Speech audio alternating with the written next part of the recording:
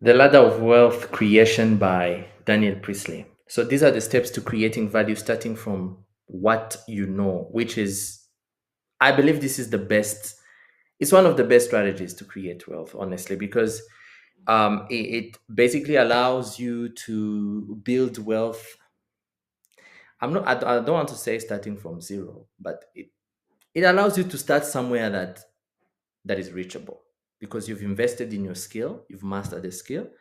Then you can turn that skill into a product, a service surrounded by systems, and then stop selling your time and then start selling products, which is actually the epitome of someone's economic transformation. Economic transformation happens when you move from selling your time, in my opinion. Economic transformation does not happen when you sell, when you get a raise in your job. In my opinion, economic transformation happens when someone builds a skill so amazing that he gets so good and reach mastery level and turns that skill into a product that he sells in exchange for his time instead of his time. So basically, the best thing you can tell people is, this year was so amazing. This is the year I stopped selling my time and started selling products. Now, this value ladder ties into value creation because the best value proposition of business ideas should come directly from a skill you have mastered. Business is a game of leverage. Always think of doing more with less, achieving huge results in a relatively shorter time. Now, Daniel Priestley is a British entrepreneur. He has been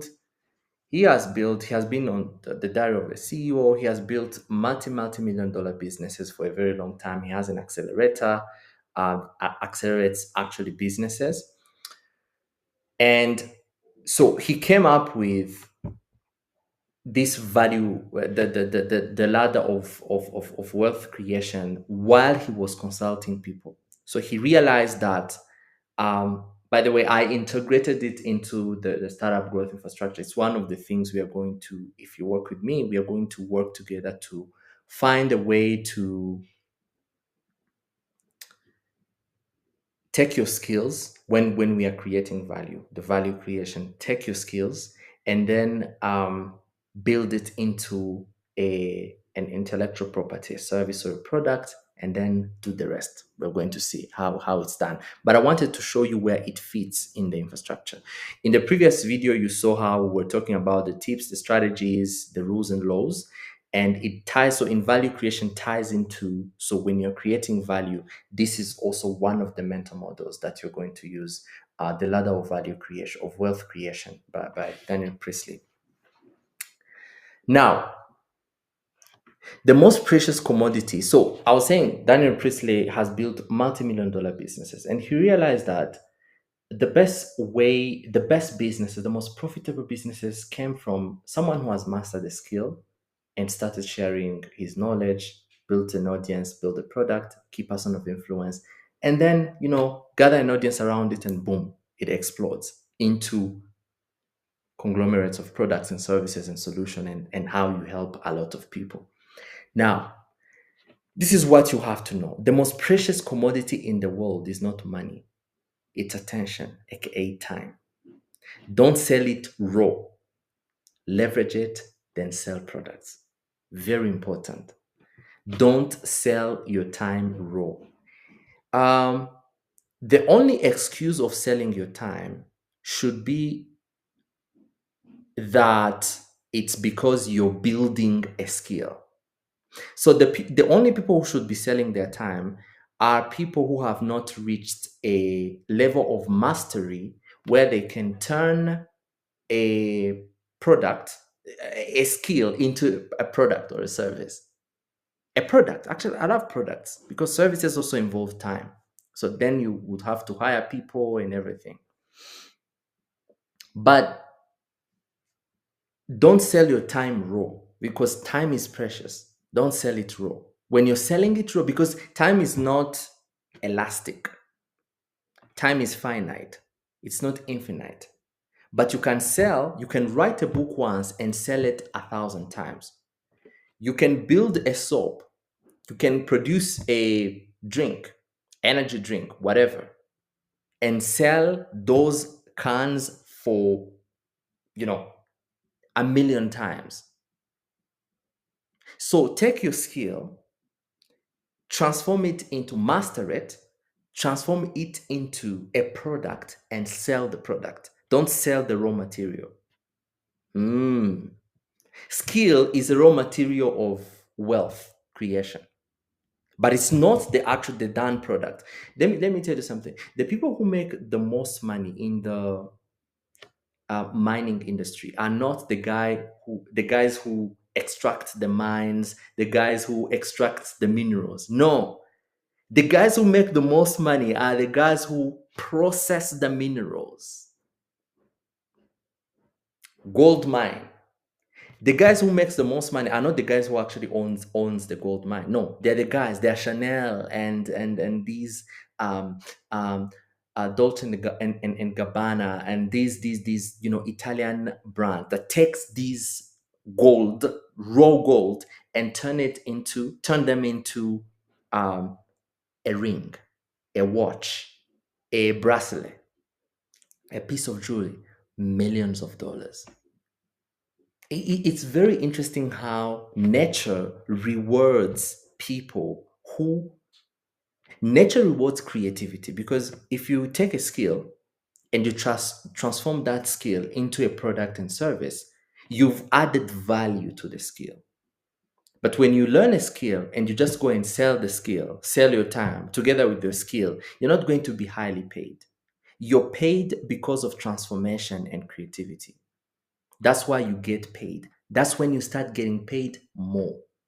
You get paid more when you take something that was raw, like time, like a skill, and you produce something around it. You package that into a product.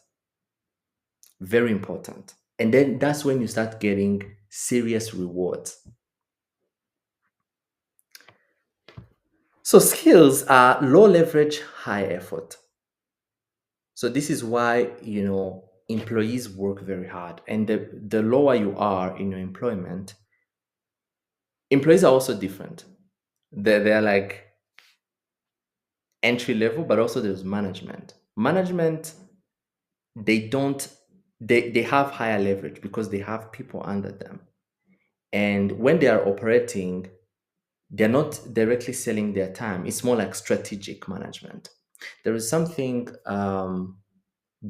Priestley. I know it's not Daniel Priestley. This one is Myron Golden. He said he talked about I think the 4 or 5 levels of wealth.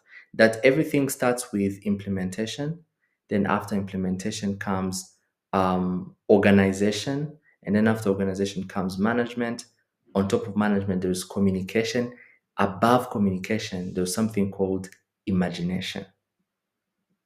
So nature values, rewards highly imagination, because imagination, it means you are employing, you're putting what God has given you, your brain, 8 billion cells, to work. You're not taking something that is raw and then just go and sell it. It's like someone who owns a small farm. You take that farm, you cultivate potatoes, you harvest 50 kg, you eat 20 kgs, and then you sell 20 kgs. Those people are always low means, because that's not a very high effort. The effort is insane, but the leverage, zero. This is the starting point where individuals or businesses trade their time and expertise for money. Examples: consulting, freelancing, coaching, and professional services. Limitations: time bound, limited scalability, and dependent on personal effort. Very important. You have to detach your effort from money. If you want to be rich, wealthy, that's what we are all doing. We are detaching time and effort. In fact, it has to be so well built that the less effort you make, the more amounts of money you make, because you have now a higher leverage. So this is a lever. So to move this weight, you just need to press a little bit and then it moves a huge thing. So what you want is to detach your time with money. And how do you detach it? You create a product that people can buy and access and enjoy without you spending time. The next step is to scale beyond individual effort. Businesses must package their expertise into intellectual property or media. Media is more leverage, less effort over time. Businesses convert their skills into scalable assets like books, online courses, podcasts, proprietary frameworks. Example, publishing a book, creating a training program, developing a methodology. I've developed the startup growth infrastructure. I'm doing it. I'm going to release a book. That book is going to sell $25. $25 when 1,000 people purchase it, that's $25,000. I've written the book once, but I'm respecting the laws of nature. Guys, let me tell you something. What sets me apart from other coaches or business trainers is because when you sit in my network, when you operate in my network, or when you're part of the people I train, coach, inspire, educate, train, teach, you're going to live with two things. You will live with an incredible business, but also you will live transformed as an individual. Those are two completely different. The reason why I built the startup growth infrastructure is because most incubators, accelerators, business programs, MBA, they develop amazing businesses. Some of them. But for the sake of the example, incredible businesses. But there is a kicker. People, the individuals, floppy, not equipped, incompetent. So you end up with an amazing plane paired with an incompetent pilot. I always say this: an incompetent pilot with an amazing plane will always be defeated by a competent pilot with an average plane. A competent pilot with an average plane will always defeat an incompetent pilot with an incredible plane. Why? Because individuals build businesses.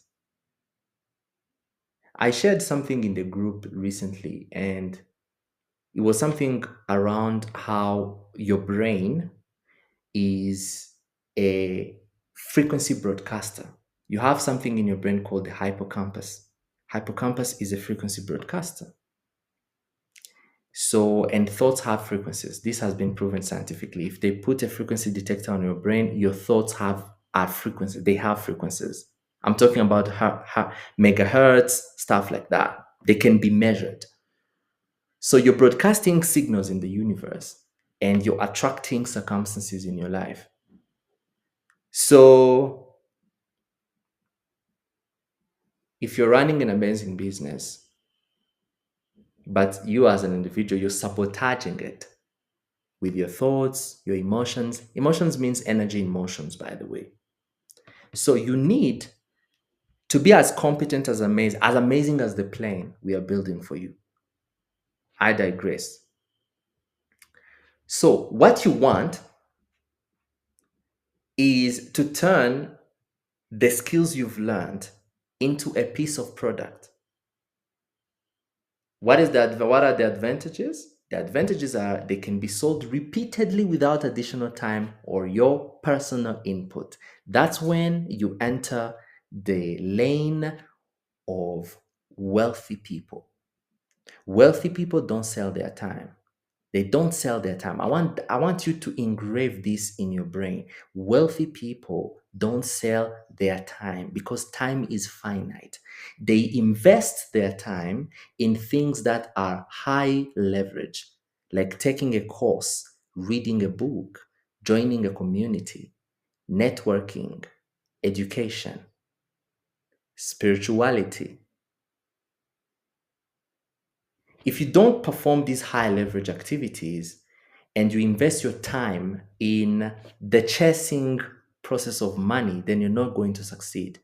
You need to invest your time in things that brings 1,000x return, like writing a book, like building a product. You can build a glass, you can build an equipment, you can build a service, you can create a business. Use your time to create and sell what you've created with your time. Very important. Use your time to create products and sell products. Don't sell your time. I want to give you a homework today. Start thinking of how you can package your skills into a product that people can buy and enjoy and experience and use without your personal involvement. Do that. Start thinking about that. Start asking yourself, put those seeds, those questions, those seeds, deposit them in your brain and let the brain find answers. Ask ChatGPT. Oh my God. Ask ChatGPT.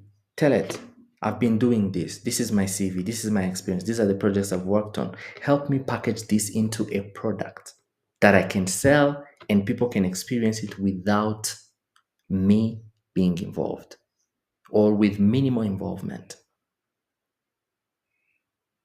Next step.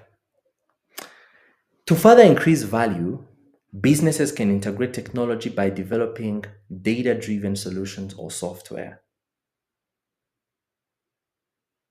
That's what we're going to see. That's step 3. So when you turn your skill into a product, now I want to highlight something that I did not that I want you to also um, get or not miss.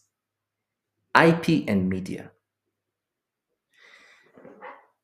I see a lot of people creating content on LinkedIn and I wonder like, bro, what are you doing?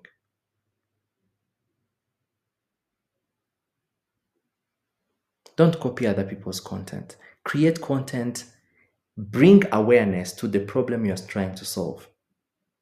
Are you building a startup in education, in finance, in health, in agriculture, in um, transportation? Talk about the problem in transportation. Talk about those problems. Write articles, do research. Turn your skill into media. Mediatize, bring attention. Why? Attention is powerful.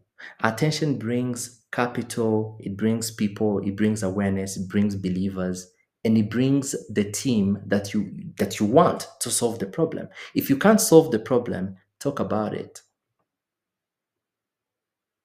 Then when you talk about it, you start attracting people who believes in the product, who believes in the solution, who believes in the issue, who sees the issue, who shares that. Because the only way to attract the right people is to talk about what you're standing for. What is the problem that keeps you awake at night? The reason why I've gathered a community is because I said, hey, there's a problem here. Businesses are failing and because they don't have systems. But also there's also the continent is scattered. We need to bring people together, partnerships, working together. Because everyone is doing their own thing in their own corner, and that is detrimental. That's my thesis. I talk about it, I've gathered a community. Talk about yours as well. Don't create content that are, people read and they cringe. They're like, why are you even talking about these issues? You're not qualified to talk about the issues. But if you talk from a research point of view and say, did you know that this is a problem in education? Did you know? Did you know? Did you know? And then everyone is going to start thinking, "God, I know this guy, he has been talking about these issues. Let me go and talk. I want to create something in the area. I've also noticed a problem. We should join them. We should join this guy." Very important. So after creating that product, the next stage is data and software, high leverage, scalable model. Businesses now build digital assets that provide ongoing value and scale without requiring direct human effort. Example, SaaS platforms, membership sites, marketplaces, subscription models based on proprietary data. Advantages: increased automation, recurring revenue, reduced marginal cost. Next step, we'll see. Now, after building, you've turned your skill into a product. You're mediatizing the problem. Now you start gathering people. It's time. You have data. It's time to serve them a software. Build something to give them the access to your products on an ongoing basis, powered by software without your effort. That's how you build wealth. The reason why I was so fascinated by the startup growth infrastructure, it's because I was like, I love formulas. By the way, there is a series I'm going to record on my YouTube channel, on this YouTube channel, of personal development for entrepreneurs. This is something I've developed. It has, okay, I've put it together in 2020, but it was there even in, I think I've had this thing for this framework. I've had this framework for, I mean, since like 2016 or 17. I'm going to show you how to build a successful life, a fulfilling life. Success is relative, but I'm saying something, a life that you're going to look at and be happy. When you wake up in the morning, see yourself in the mirror, you smile. A fulfilling life. There are frameworks for that. Now, the reason why I'm saying this is because this is a framework I've been hunting for. 20,000 hours of research to find this. And now, for the first time in history, we have a framework that we can use to create wealth for ourselves and loved ones and be 100% sure that we've not jumped any step. So imagine before, you could have a skill and then you want to jump right into software. No, this is what most startups do. So you have a kid that has skill, they can code, and then they jump the intellectual property, the media, they jump right into uh, data and software. You're going to fail. I can predict it because you did not develop an intellectual property first, which means, or at least mediatize the problem so that you gather the right people around it, the experts. Because if you are young and you discover a problem in agriculture, and once you discover it, you start going on LinkedIn and then you talk about the problem. You will start gathering experts in agriculture, agriculture engineering, policymakers, everyone. By the time you realize, you have a WhatsApp group of hundreds and hundreds of people who are like, bro, okay, let's build. Let's build this thing. What do you want us to build to help you build? And you get it. But people jump steps. You get people jump steps. And when you jump a step, that step doesn't care if you jumped it. It will suck you in.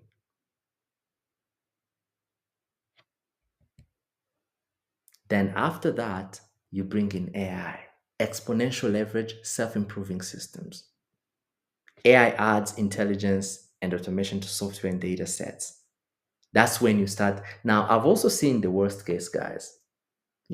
Think of working with startups. I've seen the worst cases where someone jumps from a skill all the way to artificial intelligence. I'm creating an AI platform, blah, blah, blah. What AI platform? You don't even know what you're creating. You don't even understand the problem.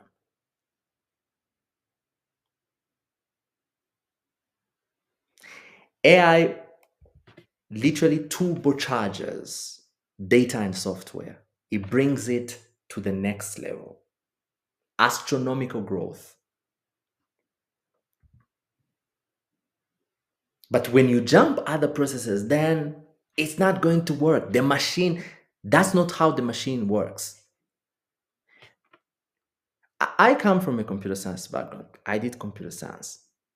And because of that, even in high school, I did computer science. So we learn to think algorithmically. If I'm going to make tea, there are steps to make tea. If you jump a step, you're not going to end up with tea. You're going to end up with some liquid. But it's not tea. No. So what you want is to know the steps. And you don't need to complete all the steps in 1 year. No. You can complete them in a very short period of time and say, okay, this is the step I'm going to go. And then this is the step, this is the step, that's the step, that's the step. Why? Because that's how the universe works. That's how God works. That's how the creator, that's how this ecosystem works. I'm talking about universal ecosystem, not startup ecosystem, universal ecosystem. That's how the systems work. And you have to know how to work because ignorance is the root of all evil. The root of all evil is ignorance. So you want to be in a position where you know exactly what to do. And because you've met me,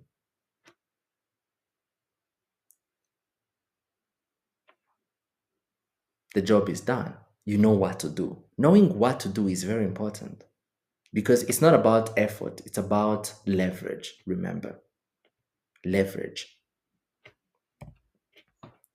Financial assets. Financial assets are highest leverage and wealth creation.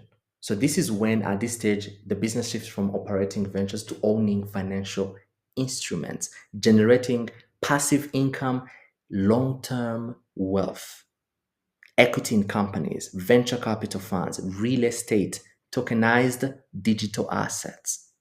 But that is not going to happen if you don't have media, if you don't have IP, if you don't have data, software, AI.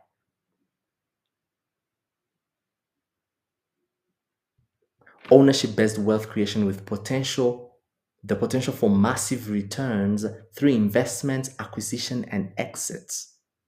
I always say that the number one enemy of Black people or Africa in general is ignorance. I was telling my friend yesterday that there's an obscurity that surrounds Africa that no one knows what is happening in there. Very few people know. But also the people in that obscurity don't know what is happening. Because we are in this darkness of lack of clarity and knowing what to do. And so that's why we have like a lot of nonsense going on. Because the US is the quite opposite of Africa. It's like day and night. So that's when you see that when they saw that their country was on the verge of collapsing, people stood up and say, hey, you're not destroying that. That's a bunch of nonsense. That level of BS, we're not going to accept it. We need change. That's what happens when people are enlightened. When there is light, when there is knowledge and clarity, people are not easily or by far can never be manipulated because they know exactly what to do. So if we fix this on the continent, then civil wars are going to end because people are going to be like, dude, like, look, get out of the office. So we have to know these skills. We need to know. That's why I started by educating people, because people need to know, okay, how are things actually done? How are things done? This is not like regular. This is the content you're going to see on this channel. Any piece of content you're going to see that is fundamental. I talk about. I'm from the school of thought. I'm a student of Dr. Miles Monroe, and one of the things that he taught us is that a great teacher teaches from a time-tested principles perspective. The time-tested truths that are unshakable regardless of the location, the time, the conditions, and circumstances. So the things you're going to see on this channel are time-tested principles. You can do them or not, but they will affect you anyway. So take time, go through these videos, let them simmer, let them sit in you, let them grow in you, grow seeds in you, and then start acting and applying them. So now, when you're building a business, another thing that you need to consider, I think we all know the mission and the vision. You know, the mission defines the core reason why the venture exists. And then the vision defines the core reason the venture exists. Its purpose beyond making money. But there is something very important that I want to highlight before we close on this one. There's a triangle of value say that you need three things to succeed in business. You need a mission, a vision, but also origin. Don't create a business that is not directly related to your background in terms of where you've lived, where you were born, and your education, your skill and competence, natural competences, and technical competences. Why? Because if you have that, that's a leverage. That's a lever that you can pull anytime. Because anyone who is creating a business that is not, I always give this example. If you're an investor and you have a group of doctors that wants to create a health tech app, and a bunch of developers, but they don't have the developers, and a bunch of developers who can code, but they know nothing about health tech and they want to create a health tech startups. Who would you invest in? The doctors or the developers? The doctors, right? The doctors, because the doctors know what they're talking about. They've been there for a while. That's why they're the best investments, because you put their origin matches. They have a vision, mission, vision, and origin, and then they have the skills. You IP, you mediatize them, data, software, AI, financial assets, and then you make money. You change lives. So don't create a business that is not directly related to your background. If you do that, you will fail. So I hope this was helpful and useful, and I'll catch you guys in the next one.